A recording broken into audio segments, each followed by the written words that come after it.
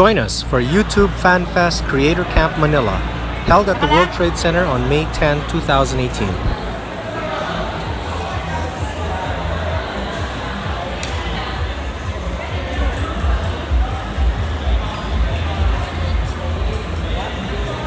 Hi everybody, we just arrived at Fanfest Creator Camp Manila.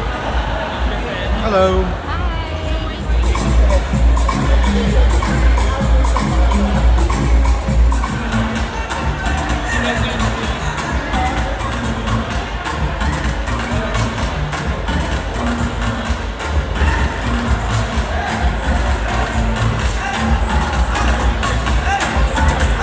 Okay, let's see what they're serving for breakfast.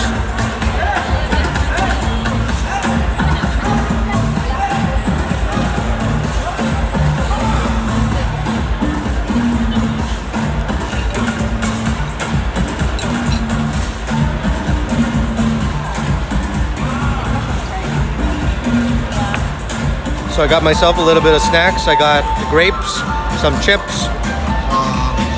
Some croqueta, looks like it. Some green tea. They had some french fries, but they're super cold already.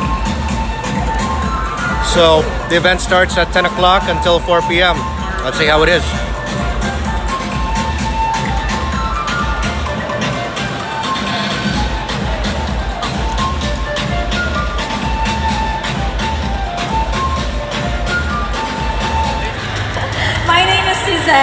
Hi, my name's Enrique Gunhing. We're so happy to have you here today. We have an action-packed and fun-filled agenda, so I hope you're ready.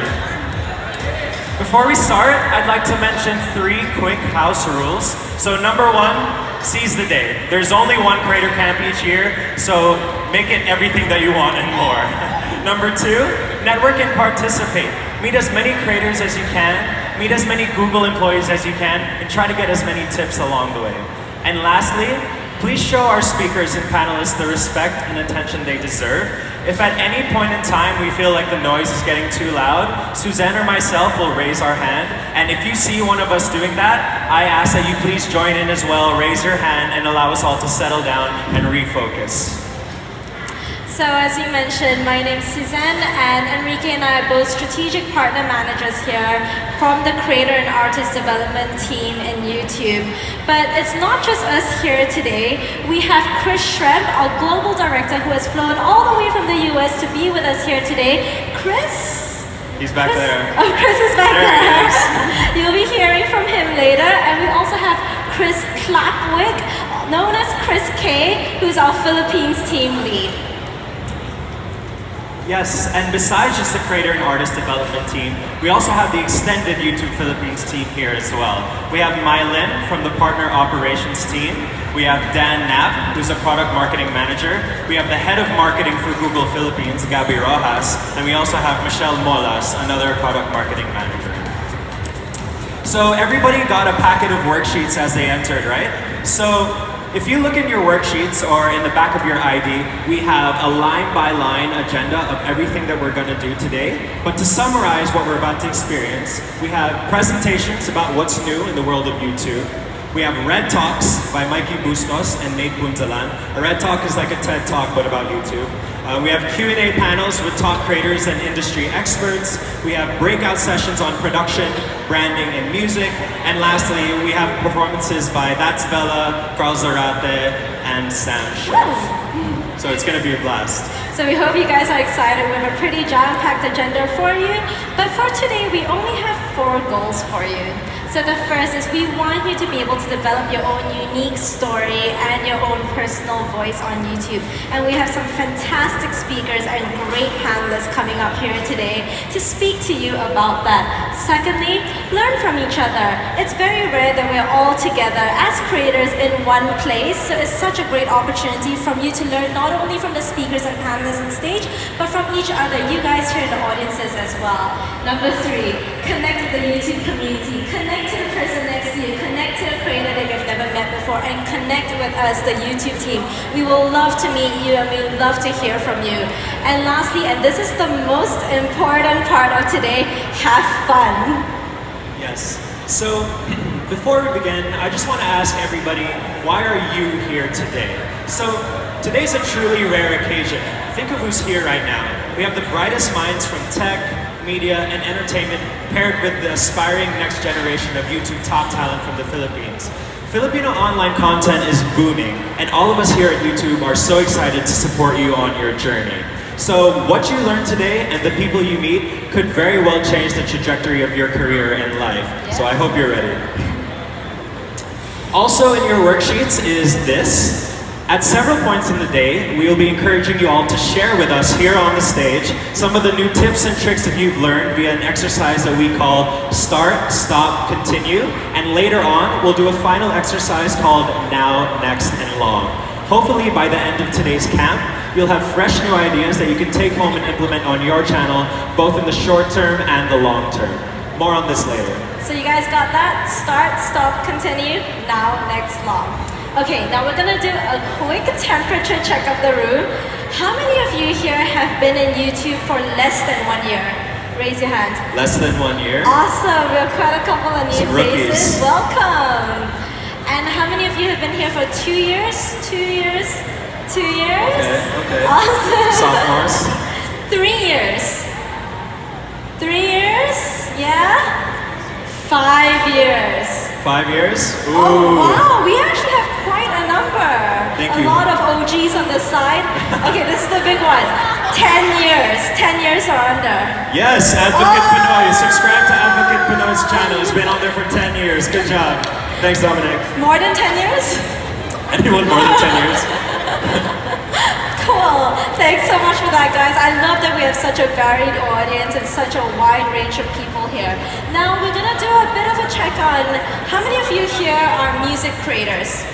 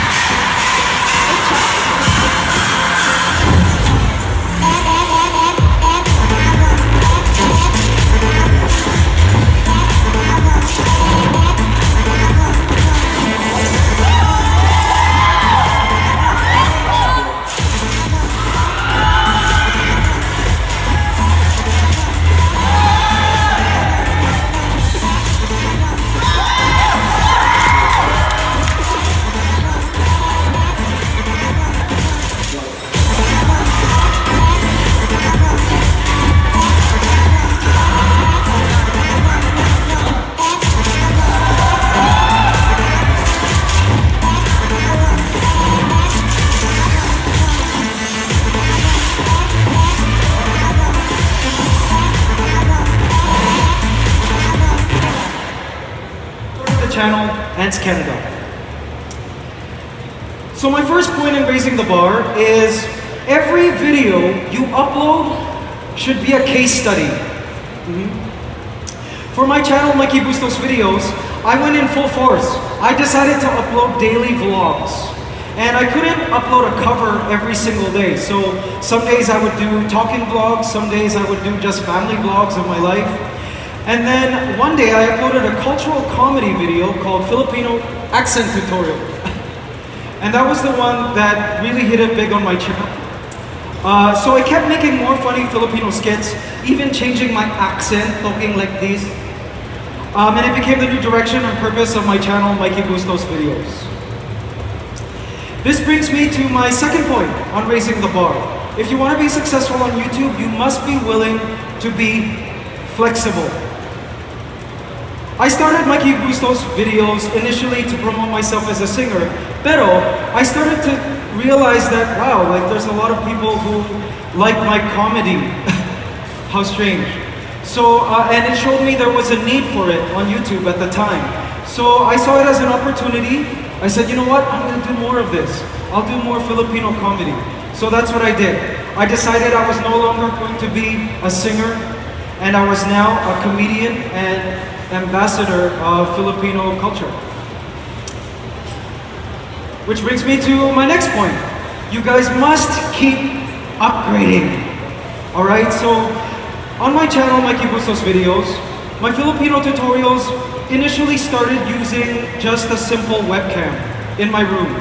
And then I decided to upgrade my set from just my bedroom in Canada to Philippines. I migrated to Philippines and started shooting videos outside. Also, I upgraded my equipment from just a webcam to an SLR. I bought some professional lighting. And I changed my editing software from Windows Movie Maker, such a beginner, to Sony Vegas. And then I found that every time I upgraded, my views would get higher and higher. So every time I just got comfortable and I wasn't upgrading, my views kind of went like this. But if I kept upgrading, my views continued to raise.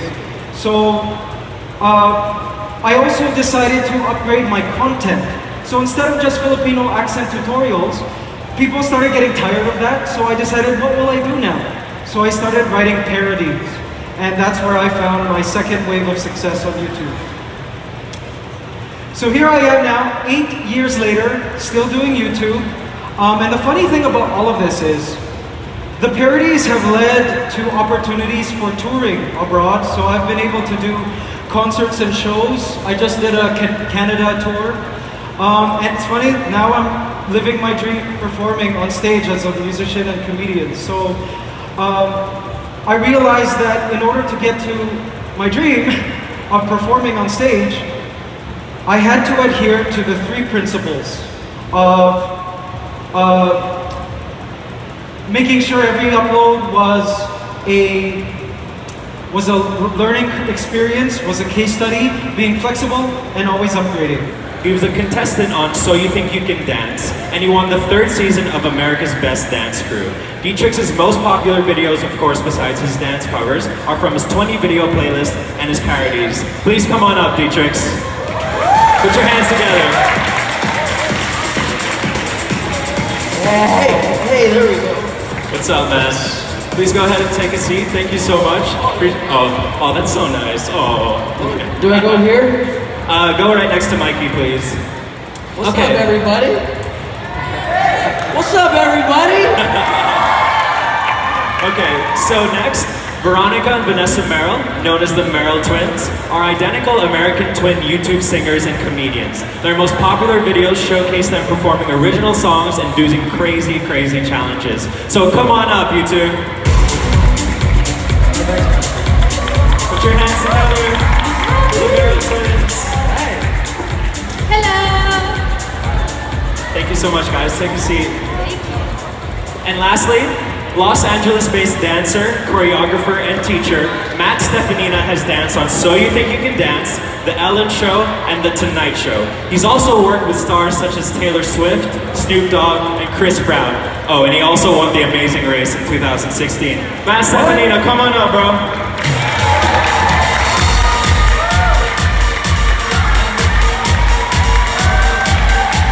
Hey, what's up? What's up?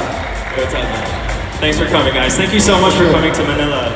Thanks for having us. Yeah, of course. How many people here, or how many of you have never been to Manila before? Oh, give them a round of applause. Thanks for coming to Manila. Okay, so the first question is going to be for all of you.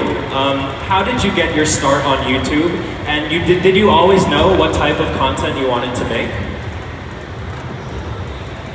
Just none of us? Yeah. Pass. At least for me, I started on YouTube with a great friend of mine, Ryan Higa, in 2010. Don't act like you've heard of him. So he introduced me to YouTube in 2010, and that's that story. It's been great. Mikey! Could you give him your microphone, please? No more Madonna mic. I actually saw their video together, him and Niga Higa, and I was like, hey, I want to do comedy. That's really how I started. But I did also want to promote my singing, as I said before, and the ants, I just wanted to spread my nerdiness. Yeah, kind of similar to D-Trix and Mikey. We started watching Ryan's videos when we were like 12, 11, and we were really young, and we just got super inspired, and we wanted to do what he wanted to do, what he was doing, and so we just made really bad home videos. And then one day my dad was like, he's a video producer, and so he was like, I can help you guys make a good video. And we were like, okay, and so we filmed our first sketch and then uploaded it, and that's where it kind of took off. Awesome. Yeah, for me, I was living in Virginia, a much smaller city than Los Angeles, and I was teaching dance already, and I just discovered YouTube sort of by accident, and I put my videos up there, my dance videos, as a way to share my choreography with my friends that didn't live in the same city as me. I didn't really know what it was yet, or that other people could potentially see it and kind of like discover your videos. So it was really by accident that I started like getting a following on YouTube. But yeah, I've always mostly done dance videos, and now I'm starting to experiment with other things. Yeah, I also grew up in Virginia as well, so nice to know. Nice. Nice. Just the only Asian dude. Just casually dropping that. We're just brothers, we didn't know. Yeah, you know, it's cool. Okay, so what is the overall purpose or mission to your channel, and how did you guys develop that? Yeah, I think for me, the overall purpose initially was like for views, to make money, and that's pretty much, that was initially it. And then you realize over time that it's not as fulfilling. So now for me, just to make videos that can help honestly change life or perspective or help people. It's lame, but it's honest and it's true. That's that. Thank you. Yeah, ours is actually very similar to Dom. We started our channel just because it was fun. We liked making videos because it was fun, and we wanted to be positive influences on anyone. And if just one person watched our video and just left with a smile, then I think we did our job. And so that's really what our channel has been about. Thank you. Anyone else? Channel mission? Yeah, mine kind of switched a little bit, because at first it was just me posting dance videos, and then when people would come up to me after a class and say, hey, like I started dancing because of your videos or your tutorials, or I dance with you every day in my living room, and then now I'm on the dance team at my school, or like those are the kind of things that I didn't realize at first that it would have such an impact in people's lives in that way. So that's why I still make tutorials now to kind of fulfill that. And then for my main channel, a lot of it's just creativity. You know, I've worked with some artists and worked in the dance industry, but there's something about YouTube where there's nobody telling you what to do or how to do it that makes it even more rewarding than working on, say, a television show where you kind of have to follow the rules. And that's kind of why I love YouTube so much. Staying with you, Matt, could you tell us what made you actually decide to start a second channel? Like, what was the turning point that said, okay, I should actually house this content on a separate actual channel? Yeah, it wasn't really a choice. My channel got shut down. After 5 years of being on YouTube, my channel got suspended. It got deleted, basically. And so I started a new channel 5 years ago from scratch. And due to copyright, because of music, because I dance to music, you know? And then like a year later, they were like, oh, we changed the rules, so you didn't break the rules anymore, so now you can have your channel back. But by that point, it was dormant for a year, so that's now my second channel. And then the third channel is a tutorial channel, which also I started separate to avoid copyright. If anybody does like covers or dance videos, you guys have probably all run into copyright issues. It can be a little bit tricky to navigate, but they're all back now. Yeah, for sure. Okay, so this is back for everyone. You know, we all have our strengths and weaknesses. Can you tell us one skill that you developed over the past few years that has truly had an impact on your channel? Like anything at all? Well, for me, I was really a serious guy. And then because of YouTube, I've picked up comedy. I guess people look at me and they find me funny looking. So comedy really was a skill that I picked up because of YouTube. And for Ants Canada, I think it was more of like storytelling. The ability to tell a story is something I picked up through that channel. Yeah, I would say probably one of the biggest things that I took from it was, if I can answer the equation, what is it that I can offer a gratuitous amount of people that they can only get on my channel? It seemed to help me in the longevity, just for even as long as I've been going on YouTube. And again, I think just constantly being obsessive with just learning more about the craft, whether it's, for me, I do dance and comedy, to constantly learn, literally every single day. To the point where it's like not work, because it's a lot of fun. And I think in a lot of, there's even for us, I think the fun factor loses itself with any YouTube creators out there making videos for a long time. you kind of know what it's about. Like you play this game of like, I'll do what it takes to get views, and then you do something you don't like doing, and then you don't get the views, and then you hate yourself for it. And even in the YouTube community, like around the world, all YouTubers struggle with that, that depression aspect of like, they forgot why they first started. So for me, the biggest take-in with the other things would probably just remembering why you first started making videos. If you hold on to that, you have a long career ahead of you. Anybody else a skill that you guys developed? Yeah, I think for us, one of the biggest skills we've learned is to how to be young business women. And like we take all these like really like big important meetings with these big people that are like really cool, and it's really nerve-wracking, but I think that's one thing that we've learned too.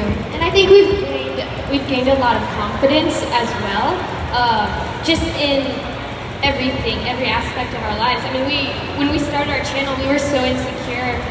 We thought our friends would make fun of us for our humor, and now we know that there's a ton of people, millions of people who have the same humor as us, and so it's given us so much confidence just to be ourselves. And I think that's what's really important. And volume control, that's also something important. Me and D-Trix, we live next door to each other, and really similar. I'm just really always excited about learning new things.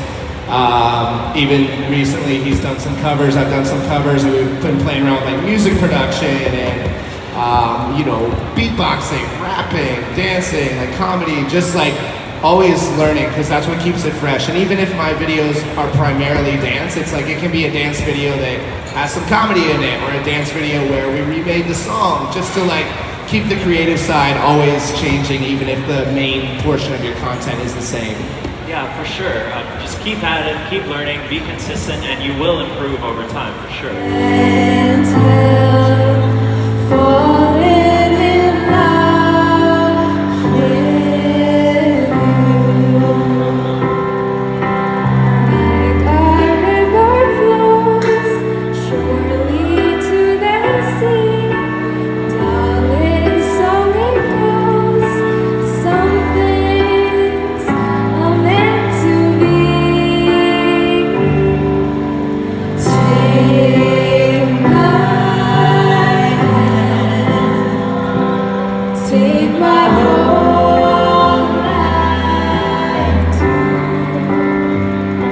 Like lunch is served.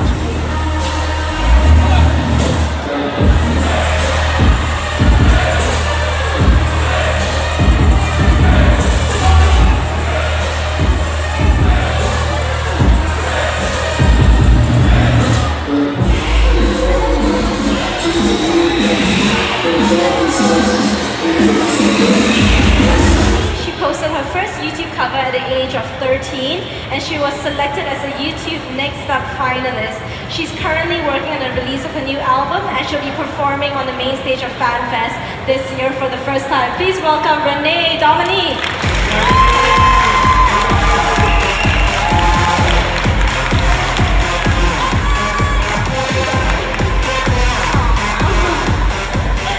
Next up, we have one of the Philippines' most popular travel and lifestyle vloggers. His videos are a mix of comedy and travel, featuring the crazy antics with his vlog squad. Wil was diagnosed with cancer mid-last year, but used his influence to spread awareness and inspiration. And what's more amazing, he continued to daily vlog through this trying time, inspiring millions with his positivity. Please welcome to the stage, Wil Dasovich.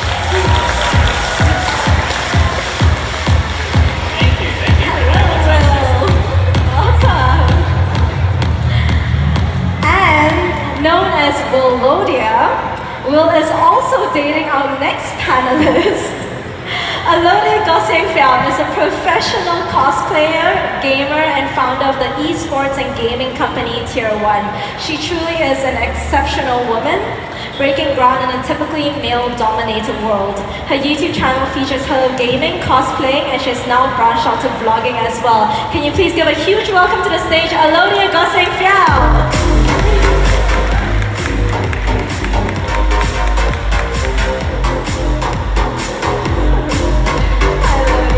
Thank you.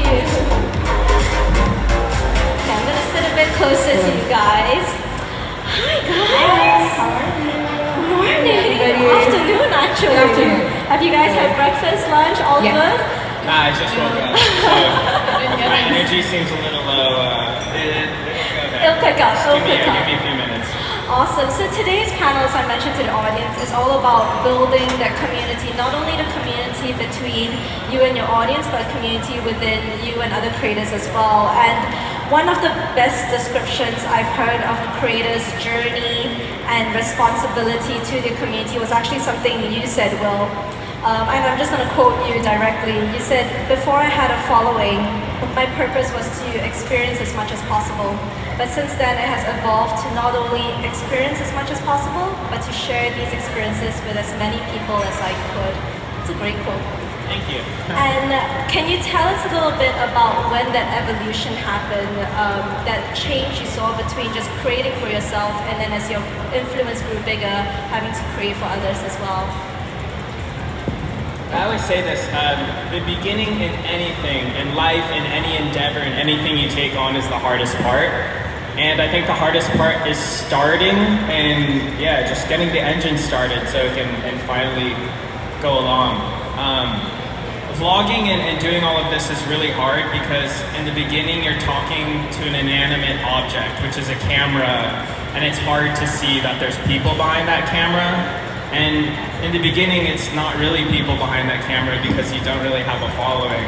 So it's so hard to be yourself, be personal, and talk to it like it's a human being, but you just have to keep pressing on and get through it. And then over time, you know, that following should grow, even if it's the smallest amount. And then once you read comments and get feedback, I think that's when it becomes easier to really have that and build that relationship between you and the viewer. So do you guys use sort of comments, feedbacks? What other tools do you use to kind of guide the content that you create? Do you actually listen to your audience a lot, or are you kind of more fueled by passion or your creativity? So I would say this is every single, you know, like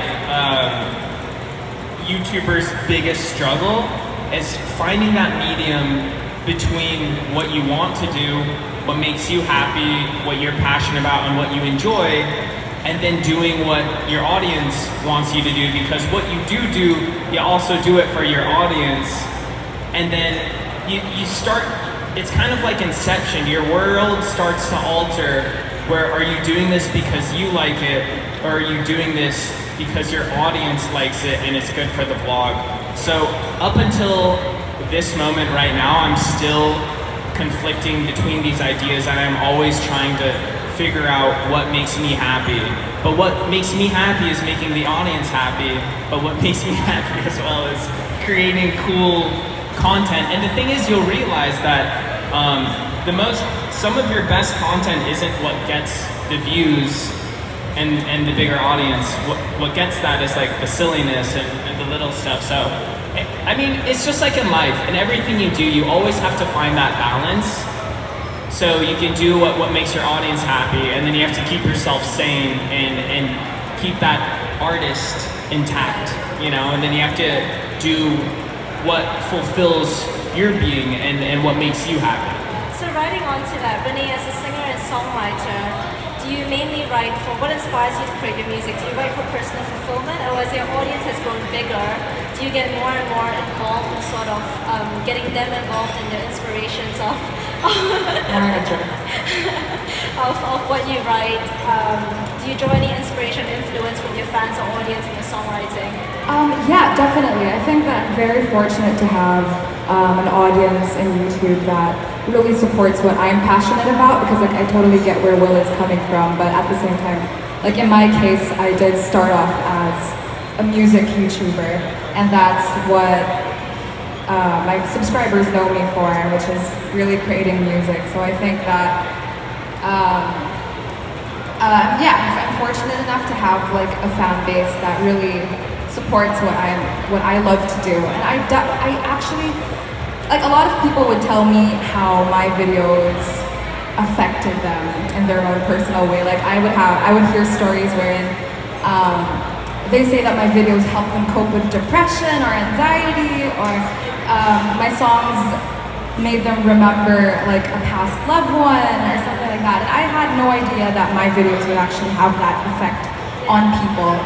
And it gives me this drive to continue what I do because of like the impact that I unknowingly give to people. So it's a big inspiration. It helps me go on, and it helps me write more music because now I don't just write based on my experience, but I also write because of what others, because of the stories that other people tell me. I really love that you brought that up, and I think each of you actually have very, very strong influences within the community that you have, and the audience that you have as well. And Alodia, you're actually in a field that's pretty male-dominated. I mean, it's gaming, and you were one of the first cosplayers in Asia, which earned you the name Cosplay Queen.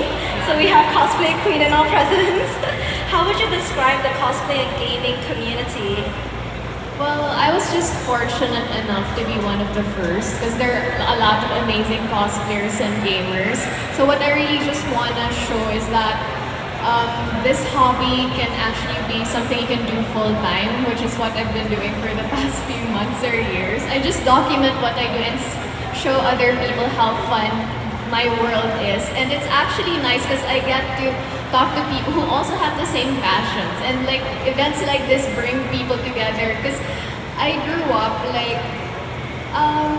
as an introvert. I mean, I did have many friends because they don't really understand our world, but because of the internet, because of YouTube, because of events like this, there you go. I mean, it's amazing. And then I get to meet someone who's also passionate. So yeah. Third wheel. It's okay, I'll be with you. You're not a lamppost alone. But yeah, I also like reading comments because sometimes that's where I get new ideas. Like for example, I remember like some people just post like similar comments. Then after that, I researched what it's about. Like there was one time people kept on commenting Yomi.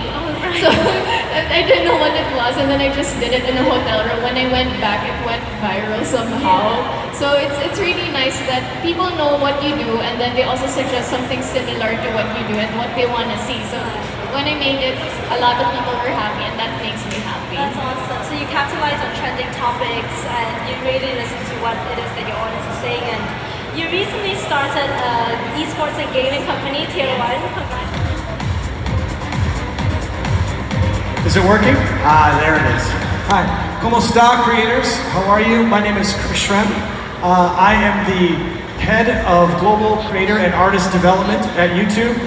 So that really means two things. One, it means that I'm responsible for a team of people globally, like Enrique and Suzanne, who work with all of you to help you grow and establish your channel.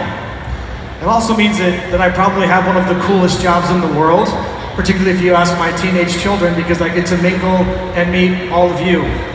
So I came here from our headquarters in San Bruno, California, because the incredible power and the incredible growth and the incredible community that you have all created here in the Philippines brought me here because I wanted to meet you, I wanted to speak to you, and I wanted to share with you just how important we view all of you and we view all this great community that you've built here in the Philippines. So I'm going to talk to you today about a couple of things. I want to share with you just some general information about YouTube's global reach and how massive and incredible the growth has been for us as a platform, and then how important and incredible you all have been in terms of driving the community here in the Philippines.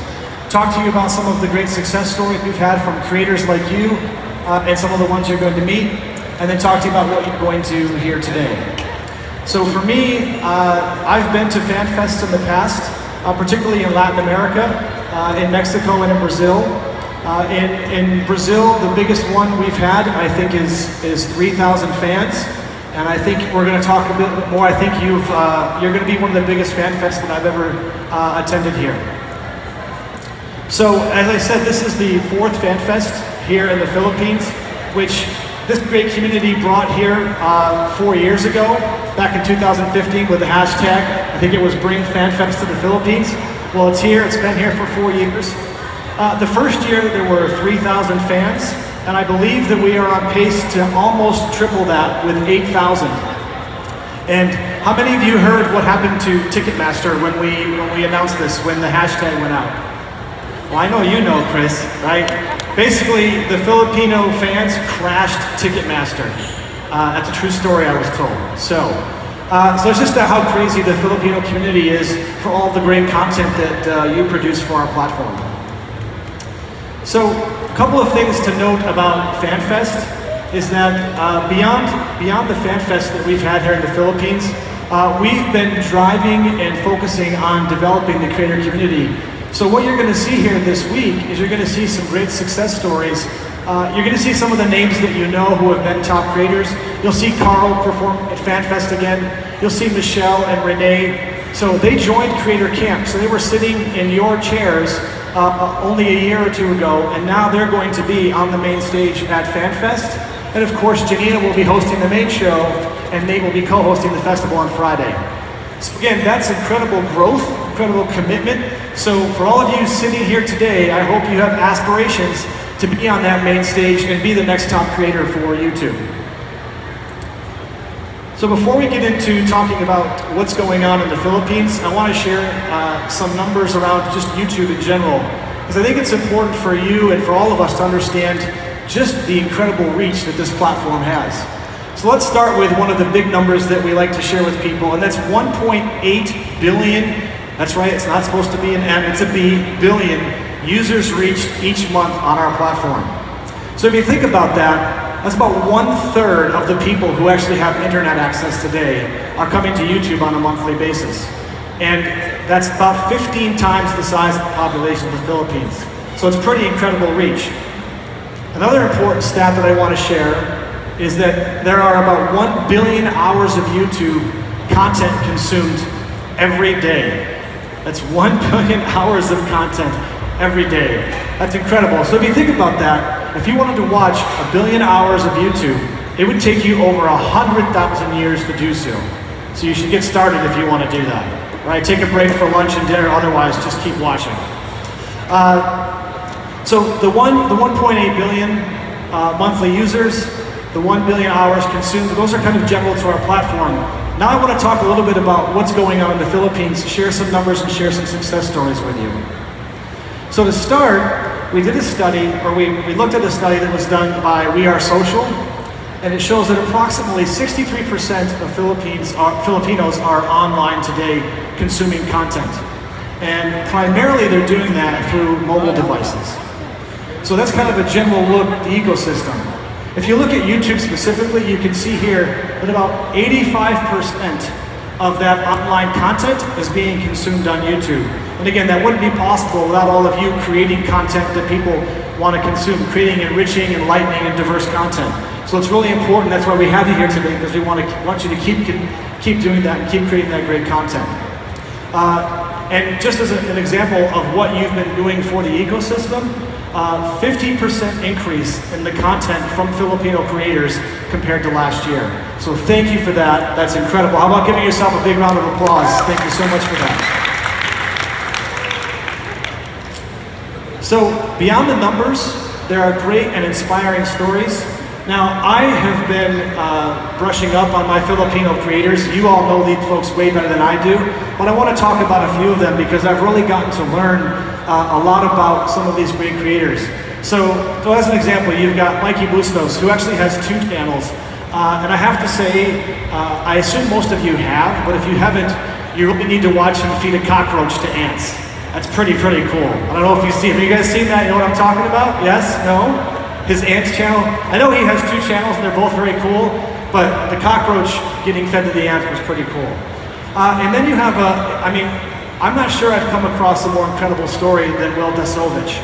And I think that beyond watching his videos and watching the incredible inspirational message that he gave when he had his cancer diagnosis, and then how he shared all of that so openly with the rest of the world, I think what I was actually almost equally inspired by was the thank you video that I assume many of you participated in. His creator community gave him a thank you or a happy birthday video when he had his birthday. And I thought to myself, that is such a great example of what it means to be a part of the YouTube community. I mean, you're all out there creating content for your channel, right? That's important to you, but you took the time out to recognize an incredible story and to wish him happy birthday. So I thought that was incredible. Then of course you have a role model like Janina Vela, who is now kind of our spokesperson and the champion for our love of Philippines. And so we're very proud of these folks and the inspirational stories, and they're great examples of what you're creating here in the Filipino market. Now, it's not just about those three folks as well, not just limited to Mikey and Wil and Janina. There are remarkable stories all across the platform. You'll see on the slide behind me, there are some examples of a few of them. I'm just going to mention a couple, such as Hype Street Ball. Yes, Hype Street Ball, give them some love, that's great. There we go, all right. And this is a great example of, I'm going to talk about it in a little bit, but I think you've heard about our Next Up creator contest. Well, these are folks that were a finalist in our inaugural Manila class of last year, and now they just continue to grow and continue to generate great success on the platform. And this is an interesting story too about Kyle, kind of vlogging and showing how he experiencing the country and the culture and sharing it with all of you and documenting his journey, hashtag becoming Filipino. So just want to talk about, so you've got these huge success stories like Wil and Mikey and so on, and then you have these great success stories here.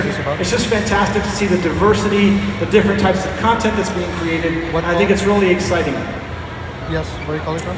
So another example, so I'm kind of jumping between some examples. I want to bring it back to some numbers here for a little bit, because this is really, really incredible from my perspective. Oh, okay. No. So the first thing is gold play button, right? So gold play button is what we give out when you hit 1 million subscribers. We've almost doubled that in a year, and in fact, we celebrated 5 of the most recent accomplishments of getting to that threshold at a special dinner last night. And that's really cool. But what's actually even more special and more incredible to me is like a 300+% growth in the number of creators who have achieved a silver play button or 100,000 subscribers. And so if you think about that, that grew from 70 in 2017 to 230, which if you do the math on that, that basically means that we have 3 Filipino creators crossing 100,000 subscribers every week. That's awesome. So how about another round of applause for all of you on it? It's fantastic. So beyond the great success and the growth that all of you experienced, we've had a number of firsts here in the Philippines in the last year, and I want to talk a bit about that. So I think you know who those folks are, where Rans and Niana, so they were the first Southeast Asian creator to be featured in YouTube Rewind. We also had 2 pop-ups, so you've probably heard of the YouTube Spaces. These are physical locations that we have around the globe, but we also do these pop-up spaces in all kinds of markets on a regular basis. So we had 2 of them last year in the Philippines. And then lastly, as I mentioned earlier, we ran our first Next Up camp, which is really all about highlighting the future top creators on our platform and catching you at an early stage in your career and giving you the opportunity to share and learn best practices from experts on our side, as well as working with each other. So we're really excited about the kind of momentum that we've got here in this market, and our plan is to continue to keep that momentum and continue to invest in this market going forward. So when we talk about Next Up, I want to make sure I pronounce this right, Mozaquito. This is a great example of the power of Next Up. Generally, when you join the Next Up camp or you apply to be a contestant, you're somewhere in the 30 to 40 to 50,000 subscriber range. So this is only a year ago that she was in the Next Up camp, and now she's at 195,000 subscribers. That's incredible growth. So again, another example of what it means when we come into a market, we work with you, we spend time with you, and help you grow and gain success. So my time is almost up with you. I want to take a few minutes to talk to you about what's coming next, and then talk about what I think you should focus on in terms of getting out of this creator camp today. So first, a couple of things that we have launched or are planning to launch in this market. I think if you don't know about it, you should take the time to look at the community tab. Anybody who's got 10,000 subscribers or more should have access to this. This is a great way for you to engage with your fans. And we've heard the feedback from all of you about the need for us to provide better ways for you to engage and communicate with your fan base. So we launched the community tab to a small subset of creators over a year ago, and then over the past year we've been rolling it out, and now anybody with 10,000 subscribers has access to that. The other thing we're doing is we understand that beyond sharing your story, beyond the freedom of expression and the freedom of speech and the freedom of sharing that our platform provides, it's also an opportunity to make money. We get that, we understand that. And so beyond being able to run ads on your content, we're also looking at other ways, we call alternate monetization. So some of the things that you'll see, either you'll hear about that could potentially be launched or have already launched, are things like Super Chat as an example, and sponsorships.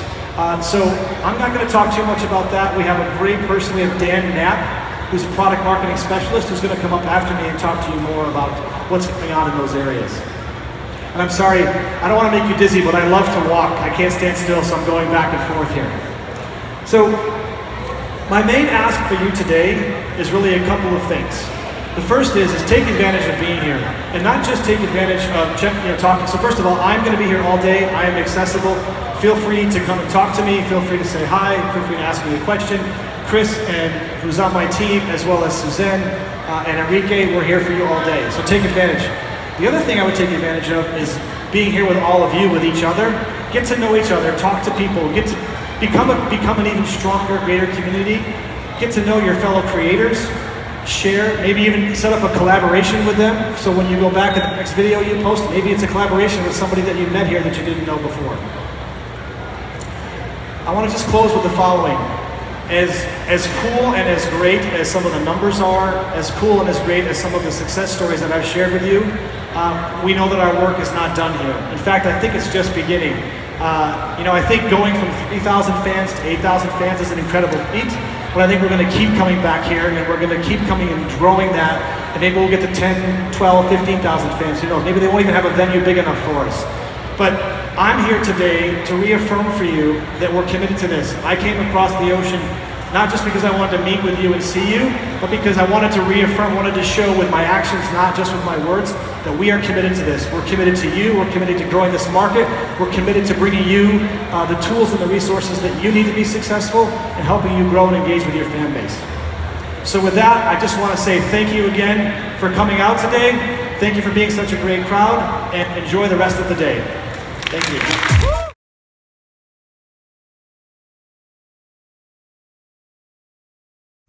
Today we are at the DFA SM Mega Mall satellite office to renew our passports. We were able to utilize the priority lane facility for children aged 7 and below, and the whole process, we are glad to say, took less than an hour. Hi everybody, we're at the DFA satellite office at SM Mega Mall, and my daughter had to renew her passport. And it's really cool because I just discovered that if you're below 7 years old, you're considered an infant, and you don't even have to do the appointment